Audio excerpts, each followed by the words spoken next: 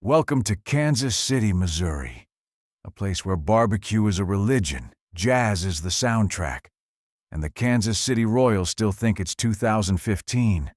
Bless their hopeful little baseball hearts. But don't let the ballpark peanuts and pulled pork fool you. There's something ghostly going on in this Midwestern gem. And no, I'm not talking about the Royals' playoff chances. Those have been dead for a while. Now, before you click away thinking, wait, I thought Dorothy said we're not in Kansas anymore. Let's clear this up. We know Kansas City spans both Kansas and Missouri. But don't get confused. Most of the action, and the ghosts, are on the Missouri side. The Kansas side is basically the quieter cousin who goes to bed at 8 and thinks a haunted house is just messy. Missouri is where the weird stuff happens. Old hospitals with creaking floors, historic homes where lights flicker for no reason, and cemeteries that give you that you're being watched, feeling even in broad daylight. And hey, since we're in Kansas City, let's talk about the Chiefs. Arrowhead Stadium gets so loud during game day, you'd swear it could wake the dead. And honestly, I think it has. There are stories of spirits still lingering in the stands, refusing to miss a game. I mean, if you had season tickets when the Chiefs won the Super Bowl, would you really move on to the afterlife? But don't worry. I'll be your guide through the madness. Think of me as your paranormal tour host, minus the fedora and the ability to not run screaming when something whispers in the dark. Whether you're into haunted train stations, spooky cemeteries, or ghosts who just want to talk about the Chiefs' chances this season, Kansas City has something for every brave or foolish soul. So hit that like button, subscribe, and buckle up. We're about to go on a haunted ride through a city where the barbecue is hot, the football is fire, and the ghosts, oh, they're always watching. So are you ready to explore? Let's do this. Hit my intro.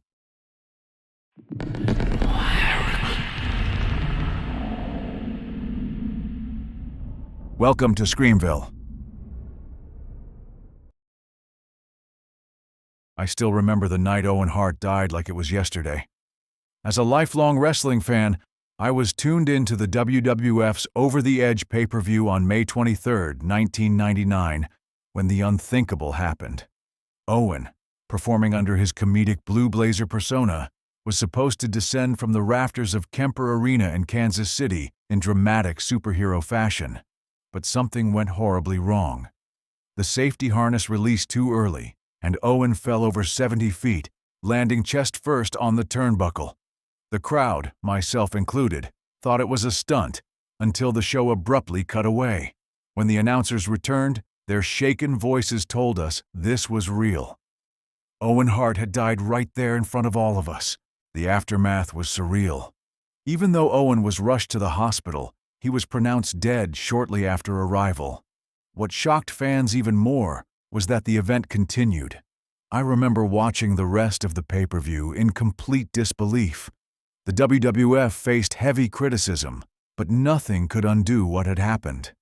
For those of us who grew up with the Hart family dynasty, this was more than a loss. It was a gut punch to our childhood heroes. And for Keer Arena, this was the moment everything changed. A place known for concerts and sports suddenly became infamous for tragedy. Over the years, I kept hearing whispers, rumors that Owen might still be there. People who worked late nights at the arena began reporting strange things. Lights flickering without explanation, power outages in the same sections where the harness was once rigged, and unexplainable noises echoing from the rafters. One staff member said they heard footsteps pacing above the ring, but no one was up there. Another swore they saw a shadowy figure high above, right where the fall began, only for it to vanish when they looked again. The ghost stories didn't stop there. Several workers told friends or local reporters about seeing a figure dressed in a cape and mask, standing silently in the catwalks. Some claimed they saw the cable Owen had once been strapped to swinging gently, even when there was no draft or movement in the arena. One of the creepiest reports I read said that during an empty event rehearsal, the ring crew heard a loud crash in the ring, as if someone had fallen, only to find nothing there when they checked. One of the most persistent claims came from security guards who patrolled the arena at night. They reported feeling an intense cold in the ring area, sometimes accompanied by an overwhelming sense of sadness or dread. More than one guard refused to walk alone beneath the rafters, especially around May each year, saying the air just felt heavier. Some fans who visited the arena for later events even said they had sudden nosebleeds or nausea when they sat near the exact spot where Owen hit the ring. Of course, management never officially confirmed any hauntings. One assistant manager admitted that they'd heard the stories and even received emails from curious wrestling fans, but chalked most of it up to power surges and overactive imaginations. They said the arena's downtown power grid was notorious for causing electrical issues, but for those who had heard the noises, seen the shadows, or felt the cold, no technical explanation could erase what they experienced. I visited Keer Arena, now renamed Hy-Vee Arena, years after the accident. Even with all the changes and renovations, I couldn't shake the chill when I looked up at those rafters. It's like Owen's presence never left, whether it's just the weight of what happened or something truly supernatural. I believe the energy of that night is still trapped in those steel beams and concrete walls. Every squeaky floorboard, every flicker of the lights, it all feels like a quiet reminder. Maybe Owen's spirit isn't haunting Keer out of anger. Maybe he's just watching, making sure no one else suffers the same fate. In wrestling, we call our fallen heroes immortal. For some fans, that means their legacy lives on. But for those who've worked late at Keer Arena or stared too long into the rafters, it might mean something a little more literal. John Bristow Warnall was a significant figure in mid-19th century Kansas City, a prosperous farmer-turned-bank executive, civic leader, and early pioneer whose legacy is centered on the elegant Greek Revival brick mansion he built in 1858. Born in Clark County, Kentucky, John moved with his parents, Richard and Judith Warnall, and his brother to Westport, Missouri in 1843. They purchased about 500 acres from John Calvin McCoy, founder of Westport, and began farming wheat, corn, hay, and raising livestock, including supplying the wagon trains heading west along the Santa Fe Trail. Through steady effort and strategic business, John inherited the property and became its sole manager after his brother's death and his mother's passing. In 1858, Warnall constructed a striking two-story Greek Revival home using hand-fired bricks, made on-site and regional limestone. His self-directed construction produced one of the few surviving antebellum homes in Kansas City today, prominently positioned beside what became Warnall Road and overlooking the Santa Fe Trail. Family life shaped much of John's personal narrative. He married 3 times, first briefly to Matilda Polk, then to Eliza Shallcross Johnson in 1854, with whom he had 7 children. The Civil War years brought strife to the Warnall estate. Although Warnall tried to remain neutral despite Southern sympathies and slaveholding, the home was occupied repeatedly by raiding guerrilla groups and even briefly used as military headquarters, with Colonel Jennison's Union troops ransacking the farm. Eventually, the house served as a field hospital for both Confederate and Union soldiers following the Battle of Westport in October 1864. The home endured looting and damage, and John and his family evacuated under Order Number 11, returning later to repair and restore the property. When Warnall built his brick mansion, little did he suspect he was constructing Kansas City's first ghost hotel. Fast forward to October of 1864. The Battle of Westport roared just outside the house. Confederates and Union troops lay dying in hallways, and amputations reportedly happened in the sitting room. It was home medicine do-it-yourself at its worst, and from that trauma emerged lingering spirits who apparently never checked out. These apparitions are no whisper in the corner. Visitors have reported seeing full-bodied ghosts of wounded soldiers in period uniforms, standing guard at doors or drifting past balconies. One phantom in a Union coat is reportedly so persistent he refuses to move even when politely asked. because even ghosts know not to cross a line. In one upstairs bedroom, allegedly the very room where gravely wounded men were treated, guests have felt their pant legs tugged ever so gently. Some say it's a soldier seeking a last farewell handshake. Others suspect he's just checking if modern socks are any better than Civil War-era ones. Socks matter, even in the afterlife. Outside, two ghostly silhouettes of young girls, dressed in 1860s attire, have been seen dancing across the lawn. Many believe they are Eliza and one of her daughters, children lost young. They seem harmless enough, except when they borrow toys and don't return them, which is apparently one house rule even ghosts ignore. Other unexplained phenomena include the sudden scent of pipe tobacco wafting through rooms with no smoker present, perhaps a ghostly gentleman still lingering with his after-dinner smoke. Staff have also reported doors slamming mid-conversation, or decor mysteriously shifting. Imagine your antique gun rack pivoting to aim itself at the front door. Very courteous of ghosts to point the way, I guess. The spirit world in the Warnell house isn't limited to military types. The soul of Eliza Warnell, John's wife, who died at just 29 shortly after childbirth, is said to roam the hallways. Mourning her lost children and tragic passing, she's the ghost who really can't get comfortable, and apparently still has housekeeping to attend to. Today, the house is preserved as a museum that focuses on antebellum life, slavery, and Civil War history by day. But when October rolls around, candlelit and audio-guided ghost tours tiptoe through the rooms in search of spooky vibes. Think of it as a history lesson with phantom extras, ghost insurance sold separately. If you dare, bring courage, comfy shoes, and maybe an extra pair of underwear. The Epperson house rises atop a hill at Cherry Street in Kansas City like a Gothic castle plucked from a novel, all turrets, tunnels, and over-the-top Tudor design.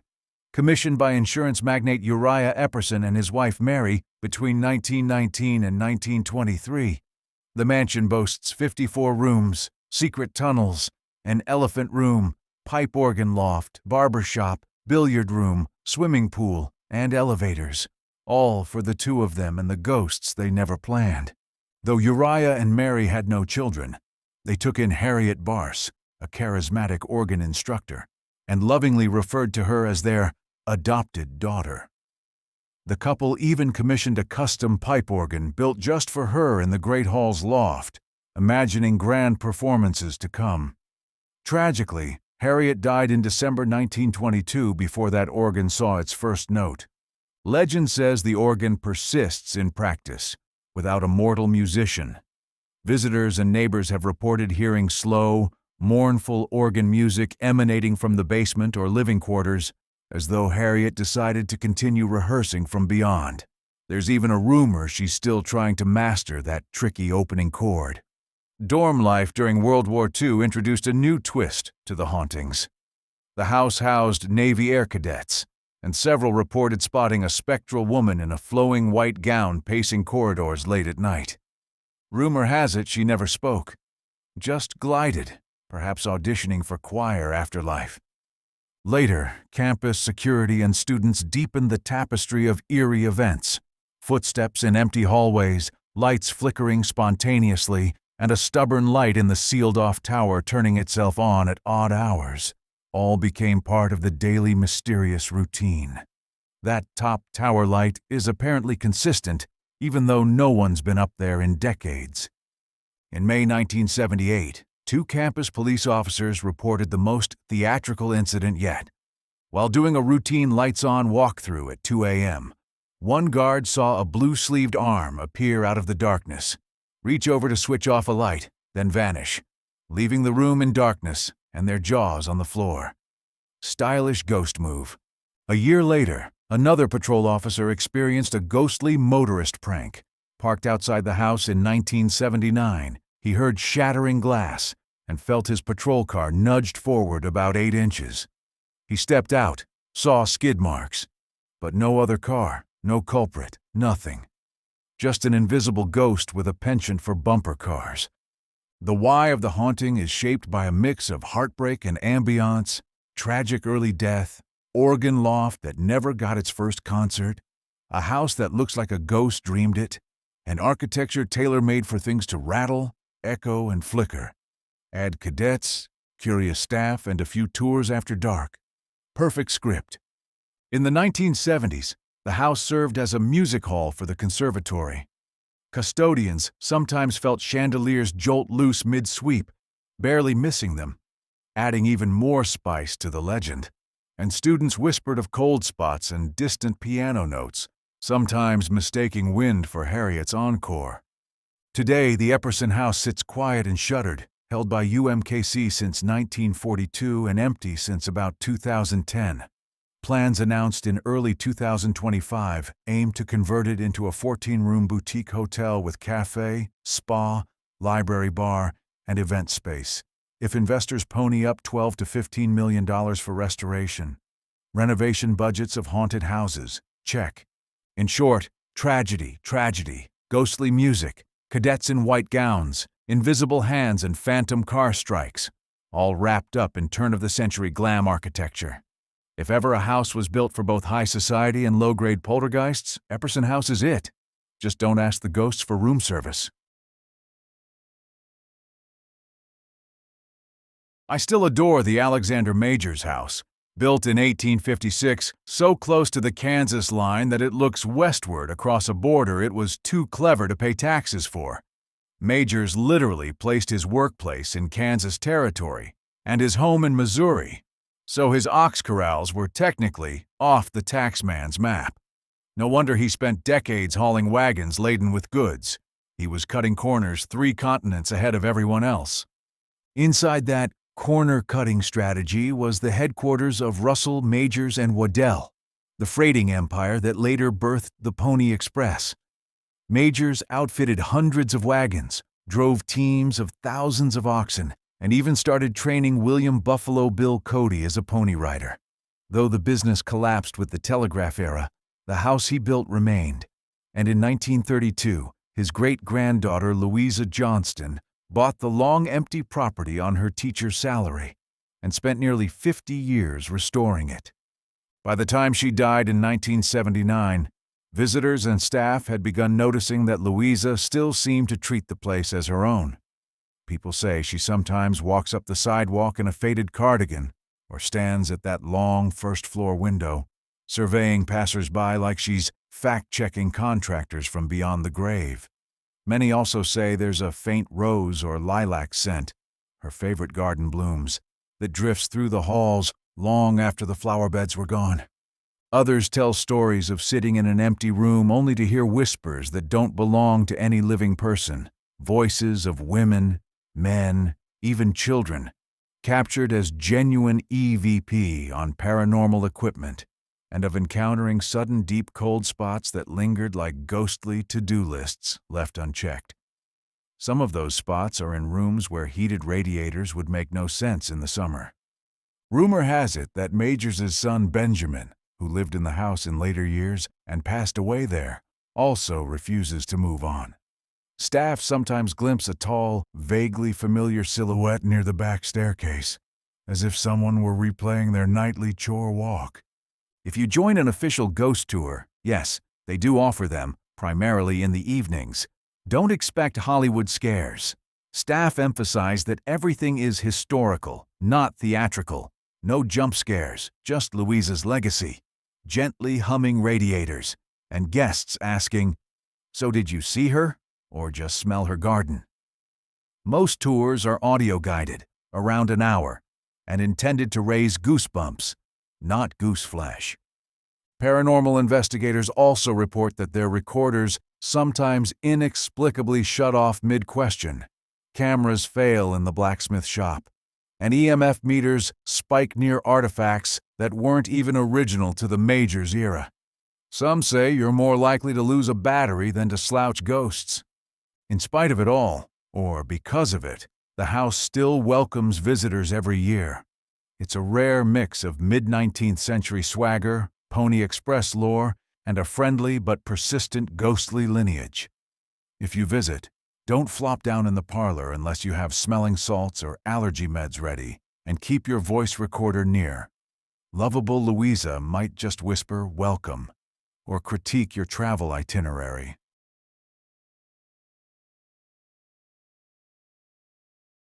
Deep within the brick-carved corridors of 219 West 9th Street, Kansas City, sits the stately old Seavoy Hotel. Opened in 1888 and hailed as the city's oldest continuously operating inn west of the Mississippi. Its facade of red terracotta and Italian Renaissance flourishes gives the distinct impression that any minute you might hear a ghostly "good evening" echo off its stained glass lobby. Reborn in 2018 as the 21C Museum Hotel Kansas City, the Seavoy got a modern facelift, sleek art installations, a revolving gallery space, and signature pale blue penguin statues, and leased the original Seavoy Grill, complete with Truman's Booth No. 4, to complete the atmospheric throwback by day. But the real draw for thrill seekers, Room 505, forever linked to the mysterious demise of Betsy Ward, who lived and died there in the late 1800s. No one is sure whether she slipped away in the bath, slipped on scandal, or was slipped off by someone else. But ever since, Room 505 is considered haunted rent-free. Guests and staff have long reported showers turning on by themselves, faucets twisting open, doors creaking wide, only for silence to follow. Some have even claimed to hear faint piano key fingering or lifeless jazz filtering from that corridor, even though no amplifiers plugged in. And the most eyebrow-raising discovery: during a renovation, workers unearthed a .32 caliber revolver, sealed inside the Room 505 wall, practically a calling card that the dead don't always leave politely. During the 1990s, Sean Burns, then general manager, lived upstairs, right in apartment 505, and referred to the entire building as sort of an ambient, spooky vibe. He tells how no electrical explanation ever covered the repeated sounds of unseen footsteps padding along hallway carpets late at night. Then there's the case of Fred Leitner, a kind older gent who once lived on the 4th floor. According to reports, a waiter by the name of Reed Shaler visited his wife's neighbor, knocked on her door, heard her speaking to someone invisible, and then witnessed a gray, perfectly tailored figure vanish into thin air. "Oh, that's just my husband Fred," the widow reportedly quipped. Reed's apartment became Dollhouse HQ, cassette tapes neatly arranged on the bed, his closet consistently unlocked by mid-afternoon, and hair tugs in the dark, nothing violent, just unsettling. Freshly lit candles based on Sunday ritual were snuffed out by arrival. Reed joked, "I don't even own a cassette player anymore, and I quit dating." Modern-day ghost and pub tours routinely include 21C, billing it as Kansas City's most haunted hotel. Guides often theatricalize Room 505 as Betsy's stage, where chilly breezes, unexplained lukewarm plumbing, and the sensation of an unseen spectator are all part of the nightly show. During the renovation, the hotel was careful to preserve locking booths and dark oak and whole-slag murals in the Seavoy Grill. So much so that guests still dine next to the booth where President Truman lunched weekly. It's rumored his reflection still flickers in the silver mirror. Whether past life haze or glass curvature, nobody's pinned it down. Humorously, some art installations speak better than guides. Visitors have reported hearing a disembodied sigh near abstract sculptures, prompting docents to joke. Our next review critic has very high expectations, namely, Madame Betty Ward herself. Why is the building haunted? History ducks around corners here. Built in 1888, endured Prohibition, a major fire in 2014 that burned the kitchen, decades as a flophouse, and now the 21C renovation. The collective emotional mojo is so thick, you'd think it was part of the foundation. Paranormal skeptics chalk it up to cross-wired thermostats and old wiring messing with audio gear. But guests claim that at exactly 3 a.m. every morning, the central thermostat resets itself to Antarctica, and radios insist on switching from pop to old-school jazz, even when unplugged. Despite it all, the 21C remains a sleek winner. Award-winning dining, curated exhibits, boutique art hotel style, and, best of all, complimentary ghost roommates. No room upgrade necessary. Guests leave not only with Instagram memories, but maybe a ghostly pen pal. Just be sure to leave a sweater and an extra cassette or two. Sleep tight, or even better, don't. The building definitely won't. Behind the polished Art Deco facade of the Kansas City Music Hall, part of the Grand Municipal Auditorium complex, lurks one of the city's most famously entertained by the other side legends. Once the lights dim and the echoes of applause fade, some employees swear they haven't seen a ghost. They've watched patrons who've checked in and never quite checked out. Event manager Steve Lesher, chatting casually in 2022, let drop the name locals affectionately whisper, "The man in the gray suit." Word spread across the building that a rigger supposedly fell during setup and, well, missed his final bow. These days, staff report glimpses of a somber figure drifting through the velvet seats as if auditioning for eternity. One cleaner, bless her courage levels, scrubbed the entire municipal auditorium campus except the music hall itself. She flat out refused to step inside alone. She reportedly ghosted on the hall so thoroughly that even the threat of being fired couldn't lure her back in. In an effort to hum the courage out of speculators, that same year the hall hosted a morning radio show promo, promising a prize, a night spent ghost hunting inside Music Hall, led by real investigators. Supposedly, the winner retreated after midnight with a newly refined vocabulary of screams, silence, and not even a flashlight reassurance that "I'm sorry" works only in Vegas casinos. Unlike most kindly paranormal patrons, the man in gray took his hobbies seriously, plonking himself into seats, even occupied ones, wide awake or not. One bizarre detail: folks say he only appears to women, and apparently the door was left unlocked on purpose because phantoms love passive intimidation. Then pick a seat anyway. Despite decades of specters practicing their matinee bows, city records show no deaths, suicides, or tragedies ever actually happening on stage. Researchers interpret this to mean the spirits are audience aficionados. Hardcore, that last encore, was literally the last thing they ever did as living beings, so they came back just for the acoustics. In a renovation photo session, a building manager snapped long exposure shots that revealed weird glimmers and translucent forms drifting in the audience rows 2 and 3. No one had placed glow-stick party favors there, just an audience of semi-transparent enthusiasts. A staffer who poked around afterwards claimed to see something moving in the lobby mirror reflection, then promptly sobbed and refused shift swaps for 3 weeks. Still, most theatergoers chat about the haunt arms race with fondness. They'll joke it's just poor seating hygiene, or that the man in gray wants to audition without ever booking a piper. He's widely believed to be more seat snatcher than soul snatcher, sporting vintage garb and more stage presence than social graces. The trick, apparently: don't glare. Just move to a better seat before you hear faint coughing in the rear row. Perhaps the biggest proof of the music hall's afterlife fan club is the energy that still hums under its chandeliers. Every now and then, sound engineers swear they hear half notes carried in from empty dress boxes. Nothing says standing ovation like footsteps and faint, propriety-approved ahem in an otherwise empty lobby. If you find yourself here after showtime, try whispering "Bravo, old chap" into the echoing auditorium. Folks say that's the courteous, ghostliest way to persuade a specter to take a seat somewhere else. And if that doesn't work, at least you'll have a story, even if you're the only one sitting in the row. The Folly Theater is often called the Grand Old Lady of 12th Street, and with good reason.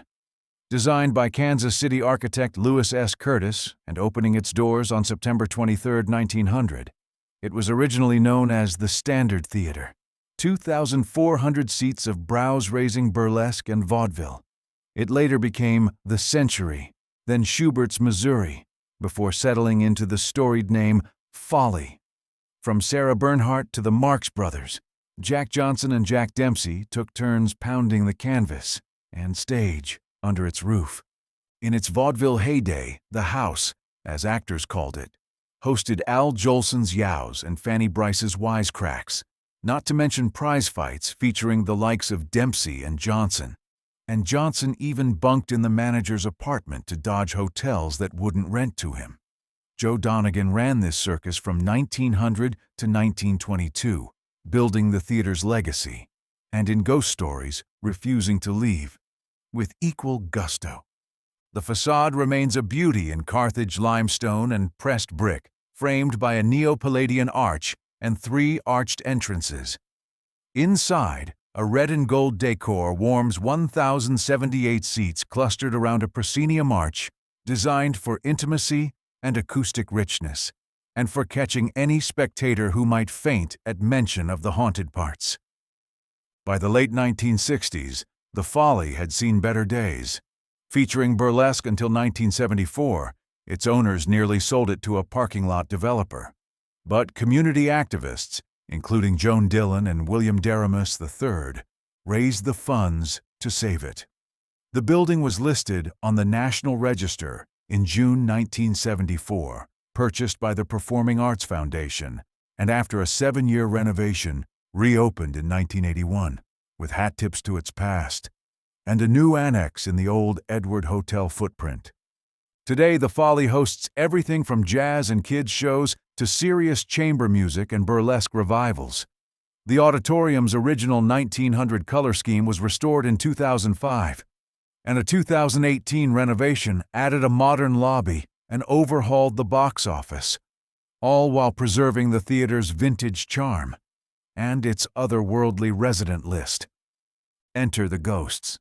According to Executive Director Gail Tallis, "I'm here at all hours and hear lots of strange sounds, but I haven't seen any ghosts. Darn it."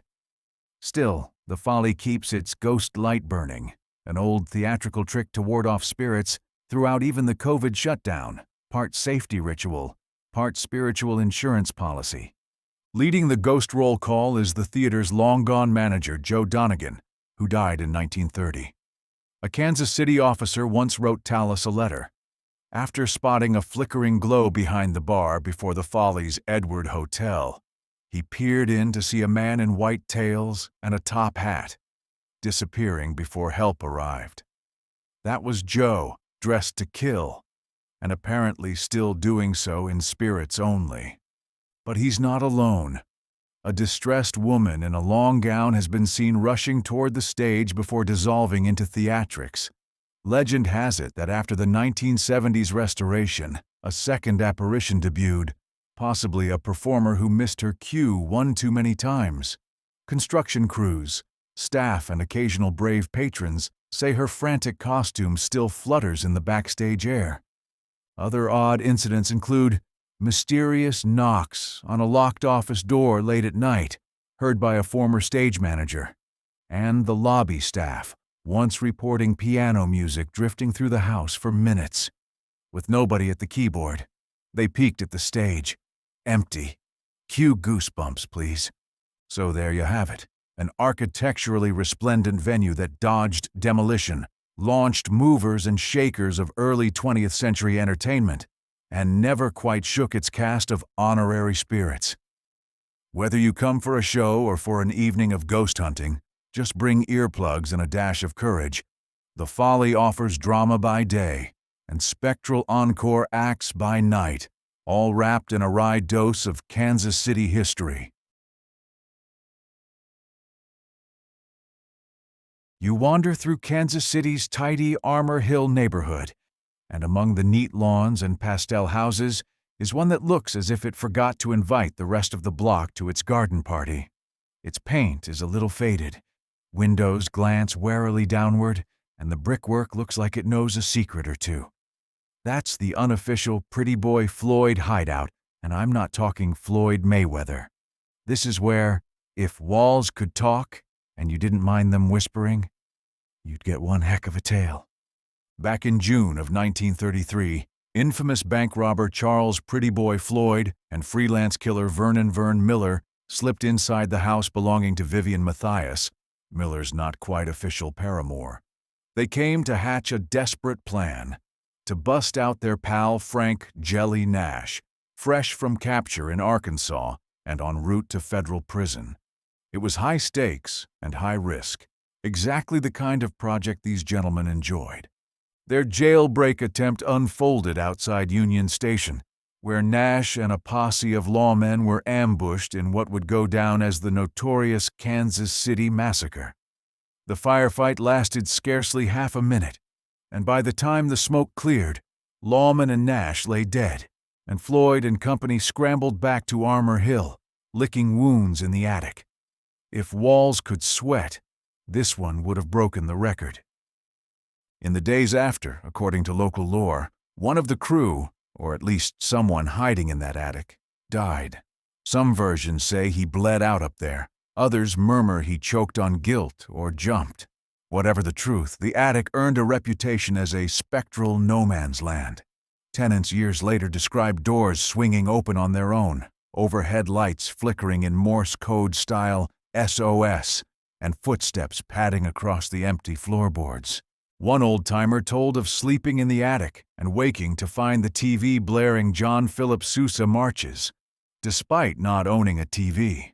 Another swore he felt the temperature drop so sharply upstairs you'd swear winter had come early. Yet every time he checked the thermostat, it was set to plain old central heat. Delightfully spooky, with a side of Kansas City hospitality. When enough locals complained of flickering lights and slamming doors, a minister was dispatched, apparently as a kind of ghostly electric regulation inspector. He said a few blessings, splashed holy water on the floors, maybe muttered something about spirit mortgages. Miraculously, the haunting stopped, for a while. But old energies are hard to evict, and lighter bulbs don't deter grudges. Today the house is not open to the public. It belongs to private folks who probably wished they'd bought something less historically charged, like an abandoned church with a choir of banshees. But if you wander by during a ghost tour, your guide will point it out, perhaps with a wink and a whispered, "Don't knock." You might summon more attitude than you're bargained for. What makes that house haunted isn't just the death in the attic or one awful morning of gunfire. It's the weight of legend, gangster ethos colliding with divine humiliation for those slain lawmen, and a lingering sense of unfinished business, like a debt that doesn't get paid because the bank was bullets instead of bylaws. Locals joke Floyd still skulks around upstairs muttering, "Where'd I file those mortgage papers?" Apparently upset the ghost didn't shred the docs fast enough. Everyone laughs, but every so often someone passing kitchen window says, "Did the curtains just twitch?" and remembers it's not the kind of house where normal applies. Legend holds that Floyd whooped and hollered back in the day, "I'm hardy to death, but here I rest easy," only to find that restless spirits don't care how tough you think you are. They slip in on electric drafts, stubborn as unpaid taxes. And now even if Floyd's gone, his myth, and maybe a voice in the attic, still hangs around. If you ever feel the urge to tiptoe past that brick porch, remember, no trespassing signs are honored by more than cops. The house will swallow your bravado whole and exhale a cold gust that feels like Floyd's last scorn. Better just wave politely from the sidewalk, wish the attic a good night, and let the spirits keep their hush-hush. After all, some memories are best left on mute. When I first walked into Hotel Phillips in Kansas City, it felt like stepping onto the set of an old gangster film. The chandeliers sparkled, the walls whispered secrets, and the elevators groaned like they were holding in confessions from the 1930s. There was something in the air, not just the smell of old carpet and room service chicken tenders, but something a little more spectral. The ghost most people whisper about is a red-haired woman believed to have met a tragic end at the hands of her gangster lover. They say she still lingers on one of the upper floors, her footsteps echoing when no one's around. Guests have reported hearing crying in the middle of the night, and some even say they've woken up to the distinct feeling that someone was sitting at the edge of the bed. That's not terrifying at all, just the perfect excuse to never turn off the lights again. There's another room where people claim their phones have captured strange orbs of light hovering above the bed. One guy thought he caught a picture of his girlfriend's ghost. Turned out she just went to the vending machine. But the light was definitely something, unless the ghosts are just posing for selfies now. One room in particular is known for knocking. Not polite knocking, annoying, persistent, middle of the night, let me in knocking. And every time someone checks the hallway, nothing. Nada. Just the awkward silence of someone trying to act brave in a bathrobe. Another guest reported walking into their room and hearing footsteps behind them, only to turn around and find no one. Which, is always comforting in a place that looks like a noir film set. Maybe the ghosts just want in on the ambiance. Some believe the red-haired woman isn't alone. Her lover, the man who allegedly ended her life, may still be wandering around too. Guests have described a brooding presence lurking in the corners of rooms, especially late at night. If you wake up and feel like someone's staring at you from the foot of the bed, maybe offer him a mint and tell him to move on. And then there's the ghostly organizer. People swear their stuff gets moved. Hairbrushes left on the sink end up on the desk. TV remotes disappear and reappear in drawers, and one lady claimed her shoes were lined up perfectly. And she never does that. Either the ghosts are neat freaks, or housekeeping has a flair for the dramatic. Some hallways in the hotel are dimly lit and oddly narrow, giving them that perfect haunted house vibe. One guest compared it to walking through a haunted museum where the exhibits might reach out and tap you on the shoulder. Personally, I just walked faster and refused to look behind me. Several people have claimed to see a woman in 1930s attire gliding through the halls, silent and solemn, as if she's still waiting for someone to come back to her. Or maybe she's just looking for the bar. Honestly, same. So if you're ever in Kansas City and feeling brave, or just love a hotel with character, drama, and maybe a few freeloading ghosts, Hotel Phillips is the place to be. Just don't be surprised if you wake up in the middle of the night to a cold breeze and the sound of high heels clicking down the hallway, with no one there to be wearing them. Rising 34 stories and crowned by a glowing lantern of prismatic glass, the Power and Light Building opened in 1931 as the crown jewel of the Kansas City skyline, an Art Deco triumph that remained Missouri's tallest skyscraper for decades. Designed by Hoyt, Price and Barnes and built as headquarters for Kansas City Power and Light, it was meant to inspire and employ during the depths of the Depression, its fiery crown lighting the evening skyline like a modern-day lodestar. Inside, the building was advanced for its time. Marble-clad lobbies, gilded elevator doors, a medical clinic, a gymnasium, even an in-house micro-cinema. Though plans once called for a sister tower to the west, that wing was never built, so the west wall remains unwindowed, a silent reminder of how ambition met economic reality at the dawn of the 1930s. After Kansas City Power and Light left in 1991, the tower stood largely vacant for years.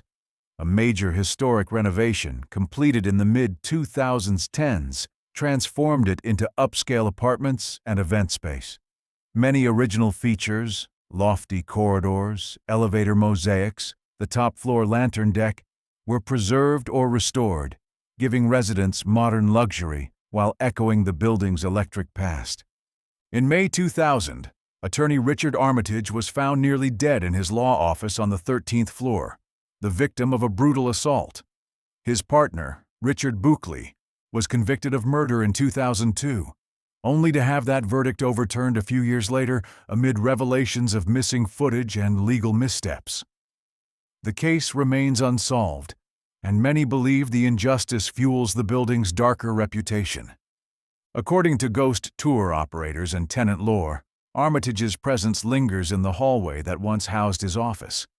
Visitors report sudden cold drafts, low, grunting noises in the empty space, and an unshakable sensation of being watched when passing certain doors, especially late at night, when the elevator's ghostly silence seems to echo with waiting. Perhaps the most chilling legend involves phantom figures diving from the rooftop, only to vanish midway down. Dozens of witnesses, security guards, tenants, and late-night visitors describe glimpsing a human silhouette falling from the tower's peak, then disappearing before reaching the pavement. It's as if the fall itself is haunted, captured between floors in midair. On humid nights, lights on the upper floors are said to blink or flicker of their own accord, even when switches remain untouched. Maintenance crews have reported elevator cars arriving and doors opening on empty floors, footsteps pacing behind them down vacant halls, and lived voices falling silent whenever someone turns around. Many who've walked through those spaces say the building feels alive, if skeletal, when its towers should only echo the wind. By day, the Power and Light building remains an Art Deco showpiece, its lantern shining as a historic emblem. But as dusk falls, the stories shift from city growth to restless souls. It has become a fixture on Kansas City ghost tours, where guides weave together stories of elegance, a mysterious murder, vanished jumpers, and electrical anomalies. In that collision between radiant ambition and lingering sorrow, the building lives on, not just in brick and light, but in whispers. The Muabach Hotel in Kansas City has charm, class, and, of course, ghosts. When it opened in 1915, it wasn't just a hotel. It was the hotel. Kansas City locals treated it like the fancy cousin from out of town, and visitors swore it had the best steak in Missouri. The building was ahead of its time with air conditioning, elegant ballrooms, and even a tea room where guests could sip their worries away. Unless, of course, their worries were paranormal. Built by George Muabach Jr., heir to a beer empire, the hotel was a beacon of luxury. His name was already attached to Muabach Field and the family's famous brewery, so why not toss a glamorous hotel into the mix? Naturally, it attracted a who's who of the 20th century. Presidents stayed there, celebrities dined there, and rumor has it that even Elvis may have wiggled his hips through the lobby. If those walls could talk, they'd probably demand royalties. One man who practically lived there was Harry Truman. He loved the place so much he used it as his headquarters and even conducted presidential business right from a suite upstairs. Locals affectionately dubbed it the White House West. Apparently, the ghost of Truman never left, or maybe he's just still trying to sign some unfinished paperwork. And then there's the Blue Lady. No haunted hotel would be complete without a stylish ghost, and the Muabach delivers. She's described as a blonde woman in a 1920s dress and fedora, clearly a ghost with fashion sense. She's been spotted drifting through the lobby, vanishing into thin air, or standing silently in corners like she's judging your outfit. Honestly, if ghosts could give style critiques, she'd have her own reality show. Guests and staff alike have reported flickering lights, cold drafts, and the ever-creepy sensation of being watched. Faucets turn on by themselves, which is either a ghost or the world's most helpful plumbing system.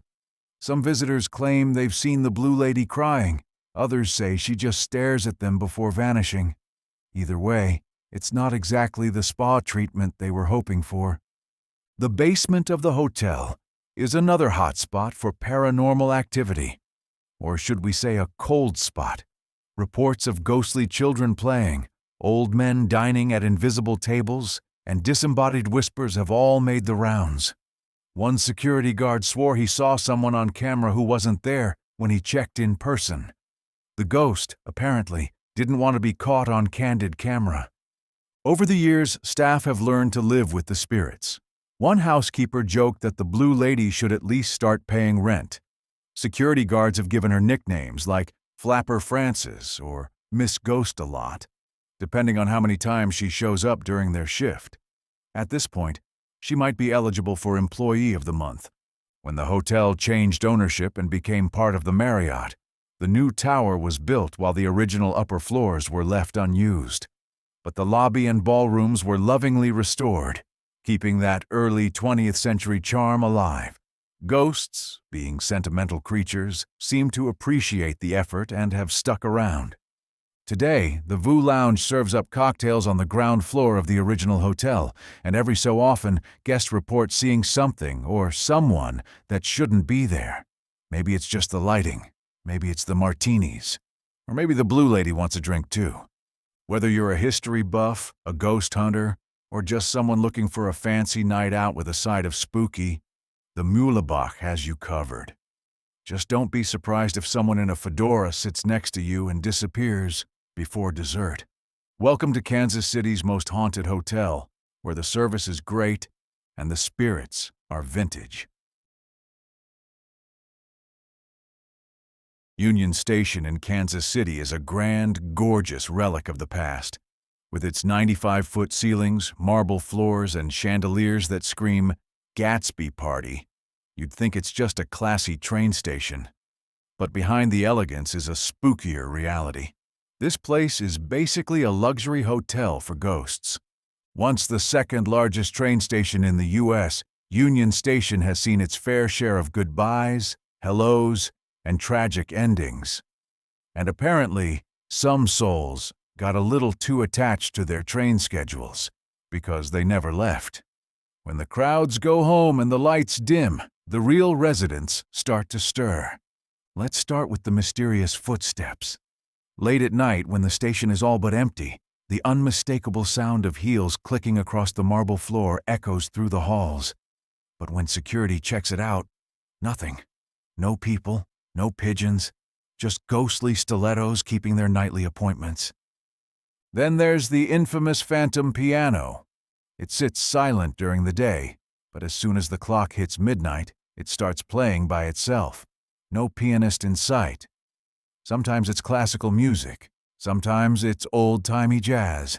Either way, it's hard to enjoy a haunting melody when your only audience is ghosts and terrified janitors. One of the most frequently seen spirits is the Lady in Black. She floats across the main lobby like she's on a mission, always headed somewhere but never arriving. Some say she was waiting on a soldier who never came back from war. Others think she just really wanted to catch a train and got stuck with ghostly delays. Not to be outdone, there's also a lady in white who appears under the main chandelier.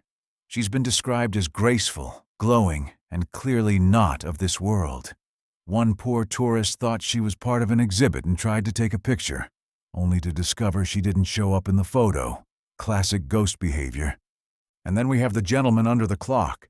People see him all the time, dressed in a sharp 1930s suit, tipping his hat politely to passers-by. He always disappears before anyone can say, "Excuse me, sir, you dropped your—" Never mind. Of course, no haunted location is complete without a violent backstory, and Union Station has a doozy. The Kansas City Massacre of 1933. Not the name of a barbecue cook-off, unfortunately. This bloody shootout left 4 lawmen and 1 gangster dead right outside the station. Some say the spirits of those officers still walk the platform, keeping an eye out for danger, even in the afterlife. The gangster involved, Frank "Jelly" Nash, didn't go quietly. Rumor has it his ghost lingers near the spot where he was shot. People have seen shadowy figures pacing back and forth, reenacting his final steps. Sometimes they even hear voices, muffled arguments, or desperate pleas. Or maybe that's just the coffee machine acting up again. Down in the basement tunnels, it gets even weirder. These tunnels once handled massive amounts of mail and luggage. One worker, nicknamed Suggs, spent decades pushing a heavy hand truck through those halls. And now, folks still hear the wheels clanking along, even when no one's there. Suggs apparently didn't get the retirement memo. A few brave souls claim they've felt cold breaths on the back of their necks in those tunnels. Not drafts, not air conditioning. Cold, deliberate breaths. One ghost hunter swore he felt someone exhale directly into his ear. His reaction? He screamed, dropped his equipment, and ran straight into a stack of souvenir mugs. Even more unsettling is the mirror phenomenon. Several visitors have reported seeing ghostly figures standing behind them in reflective surfaces. But when they turn around, Nothing. No one there. Just your own horrified reflection and the growing suspicion that you're being watched by something with unfinished business. The station has so many ghost stories that paranormal investigators can barely keep up. They've captured unexplained whispers, strange knocks, and flashes of light. One group even reported their batteries draining all at once, which is classic ghost etiquette for get out. Despite all this, the spirits at Union Station aren't hostile. They're not throwing plates or pushing people downstairs. They're just lingering. Like that friend who says goodbye 10 times before actually leaving. Some believe these are residual hauntings, spirits caught in a loop, playing out the same moments for eternity. Even the staff, many of whom were skeptical at first, have their own stories now. From whispers in empty rooms to lights flickering when no one's around, they've learned to just nod politely and say, "Good evening," when they hear a chair move on its own. Union Station may be haunted, but it's the kind of haunting that's oddly respectful. The ghosts here aren't looking to scare. They're just still going about their day, checking schedules, tipping hats, and occasionally playing the piano for an invisible audience. So if you find yourself in Kansas City, swing by Union Station. You might meet a friendly ghost, catch a haunted tune, or see a woman in white glide past without leaving a footprint. Just don't be surprised if your selfie includes someone who wasn't there when you hit the button.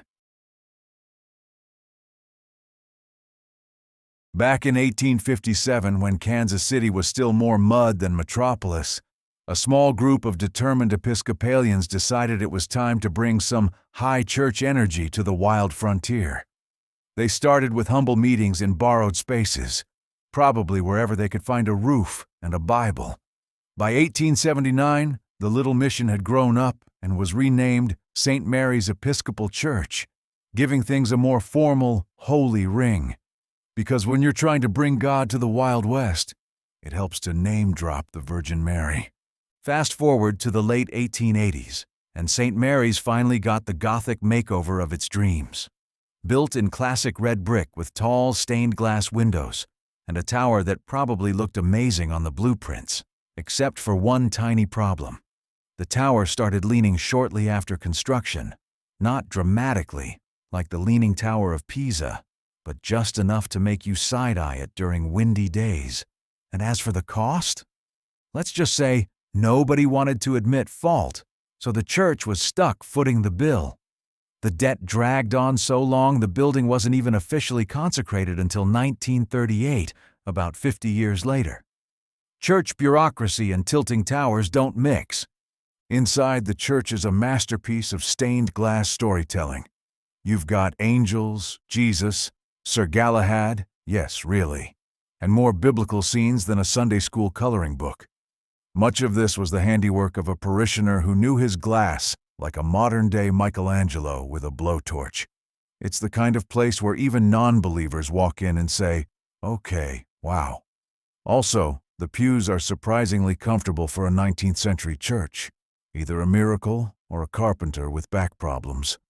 But the real drama kicked off with Father Henry Jardine, the church's high church rector in the 1870s and 80s. He brought all the pomp, incense, chants, dramatic robes, and the kind of ritual flair that made half the congregation cheer and the other half clutch their pearls. The man had a murky past, some teenage criminal record, a few scandalous headlines, and rumors swirled like the incense smoke he so loved. The press had a field day. He might have been the first Kansas City resident to go viral before the internet existed. Then came the mysterious death. Jardine was found dead under suspicious circumstances involving chloroform. Was it a botched medical procedure? Suicide? Murder? Nobody really knows, but the scandal was so big that the church refused to bury him in consecrated ground. It took over a century, and maybe some ghostly persuasion, before he was finally laid to rest properly in 2000. Imagine haunting your old workplace for 100 years, just waiting for someone to fix your gravestone situation. Over the years, strange things started happening around the church. People have reported the scent of incense with no one around to burn it. footsteps echoing in empty hallways, and a mysterious figure in priestly robes wandering the second floor. Paranormal investigators even visited and claimed their EMF meters went off the charts near the altar. Either the ghost of Jardine or a really dramatic spiritual Wi-Fi signal. Oddly enough, the church and congregation have embraced the idea that Father Jardine never really left. What once was a scandal has become a spooky sort of legend. Instead of fearing the ghostly rector, people now talk about him like a misunderstood guardian, watching over the place he once led, incense and all. It's hard not to picture him pacing around, straightening hymnals and whispering, "That's not how we do communion." Today, St. Mary's is a place of worship, beauty, and just a sprinkle of ghostly mischief. Whether you come for the Gothic architecture, the stunning stained glass, or to catch a glimpse of Kansas City's most dramatic priest-turned-ghost, you'll leave with a story, and maybe, just maybe, you'll smell a little phantom incense on your way out. If you made it to the end of this haunted journey through Kansas City, first of all, you're braver than most. Between ghostly brides, phantom jazz players, and spirits who just won't check out of their hotel rooms, you stuck with me through every chilling moment. I hope you didn't watch this alone, in the dark, during a thunderstorm.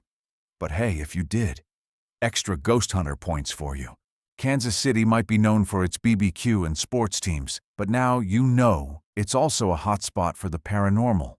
Whether it's whispers in the theater or cold spots in the hotel lobby, this city doesn't just have history, it is haunted history. And chances are the next time you visit one of these places, you'll be listening a little closer for footsteps that shouldn't be there. Thanks for watching and exploring Kansas City's most haunted places with me. If you enjoyed the spooky vibes and want more ghost stories from across the country, or maybe your own backyard, make sure to hit that subscribe button. It's free, and unlike some of the ghosts in this video, it won't haunt you later. Leave a comment if you've ever experienced anything weird in Kansas City, or anywhere else, and let me know where we should ghost hunt next. Until then, stay curious, stay spooky, and maybe keep a flashlight by your bed. You know, just in case.